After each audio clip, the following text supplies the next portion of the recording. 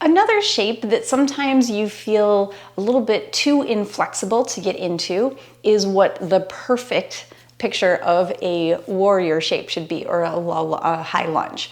So I'm going to show you a few exercises that you can do to help you to increase your range of motion in the joints that might be keeping you from getting there. Don't worry, whatever you need to do to get to your shape is perfect. So I have some blocks handy just to show you how those can help you to bring the floor a little bit closer. So if you have a couple blocks, that might help, or the back of a chair or a countertop or something like that.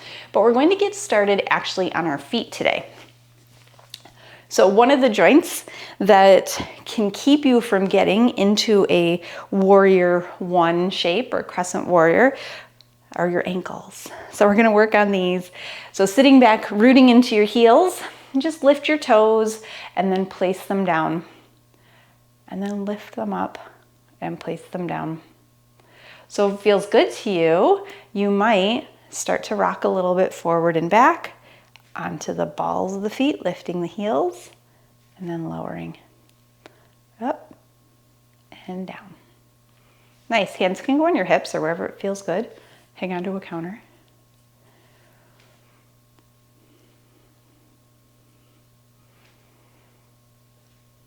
Nice. Beautiful. Now, this is an exercise that you probably have not done before. We're just going to roll the feet, the ankles go side to side too. So we're going to roll the feet out onto the pinky toe sides of the feet. And then onto the arches and lift the pinkies. Okay, so pronating and supinating the foot. One side and the other. Ankles move in all kinds of different directions. The more you use them and practice, the better it'll be the next time you step down and land on some ice. All right, so then after the ankles, you might realize that your hips are keeping you from finding that flexibility, right? So ankles, maybe your knees, maybe your hips, but it's usually a combination of all three. So we're going to practice a squat. So feet are about hip width, maybe a little bit wider if you need them to be. You can hold on to something if that helps. But I want you to practice just sending the hips back behind you first. And then stand up. Send those hips back. And then stand. Now we're going to add that chair in. So you're going to send the hips back first and then sit down with the knees. And then go ahead and stand up. Hips, bend the knees, root into the heels, and then stand up. Okay, take your time, sit back, bend the knees, and then stand up. All right, let's come on down to the floor. We're coming to our tabletop shape, so hands and knees. We're gonna curl those toes under, and then just sit back, getting into those toes.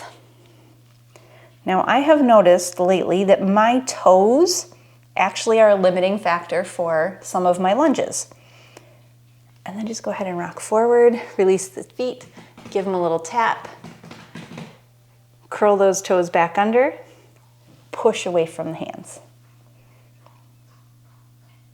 Come forward, release the feet. Now last time, we're going to lift the knees this time and come into a downward facing dog.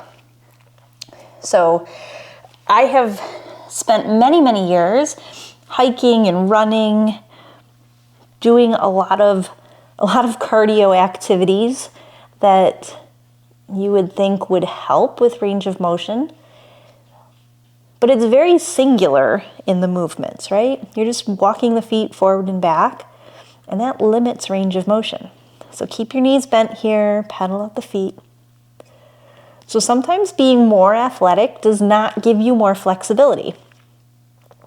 Now we're going to go ahead and lower the knees back down, rock the shoulders over the wrists, start to bring the knees down, keep the toes tucked, and then sit back down.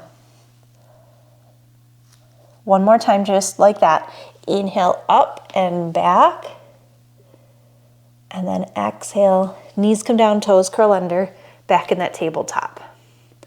Now we're going to take this right leg forward, keep the left toes curled under, and find your way into a low lunge or a runner's lunge.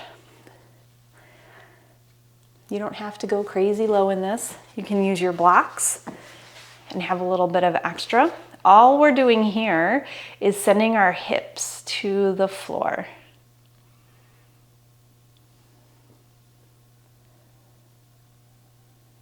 Nice. And then sit back. Your hips are over your knees, and then you're just going to step back and forward with the opposite side.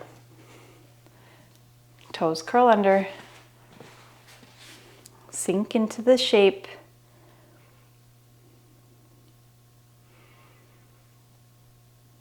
Sit back first. Slide the knee back. One more time each side. The more you do it, the more you open up. Exhale, step back and forward.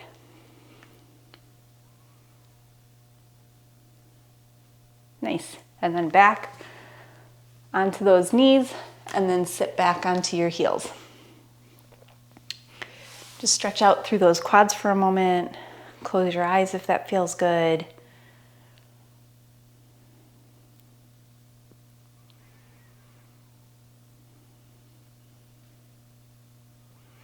All right, lift your hips up. Step forward with your right foot. Curl the toes under on your left foot. If balance is a challenge, you can grab onto something, maybe a chair in front of you. You can grab onto your blocks. We're going to lift this back knee and come into a high lunge. So just a crescent. Knee is behind or on top of that front ankle. Let me move that block so you can see it. And then we're just going to weight down through that front foot and slide that back foot in. Hinge the hips back and sit into that chair. Stand up. Hinge the hips back, sit into your chair, and then just float that right foot back into that lunge. Nice. Right knee comes to the mat. Left knee comes back. Release the toes. We're back where we started. All right, here we go. Curl the toes under. Right foot steps forward. Lift the knee. Step forward into your chair. Stand up. Sit back. Bend the knees. Nice. Left foot steps back. Knee comes down. Slide that foot down. Okay? So high lunge to low lunge to high lunge. Now the only thing different is going to be in a warrior one, we're going to plant that heel down. So right foot is going to step forward. Now, check in with your hips, hip points face forward. I'm going to walk my right foot out to the edge of the mat slightly and then lift that back knee up so that I have space to tack that back heel down. Now this back leg is straight, the front knee is bent. You don't have to bend all the way into it yet. You can stay high. The more important thing is where the hips are. Now if you need to, you can slide that back foot out a little bit more. You'll see the adjustment that I took there. Now I'm in my warrior one. Reach the arms up. If you're really tight through the hips, this shape might not be accessible today, and that's okay. You can just lift that back heel and it's perfectly fine. You can just practice by tacking that heel down and coming back. Nice, just reach those arms up nice and high. Maybe look up, maybe press into the hips a little bit.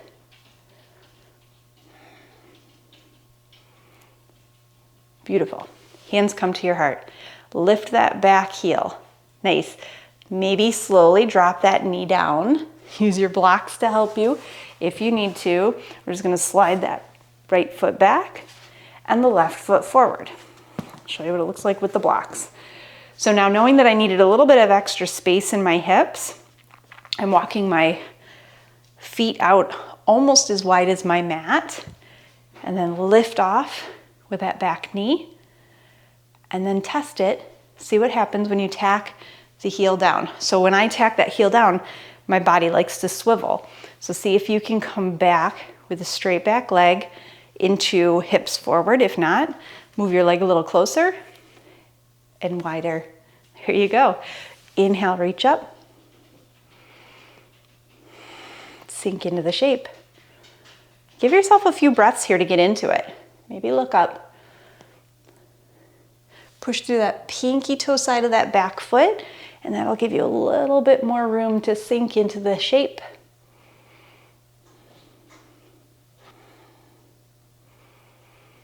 Hands come down to the blocks. Peel that back heel, put that knee down, and then step back. And here we are back where we started.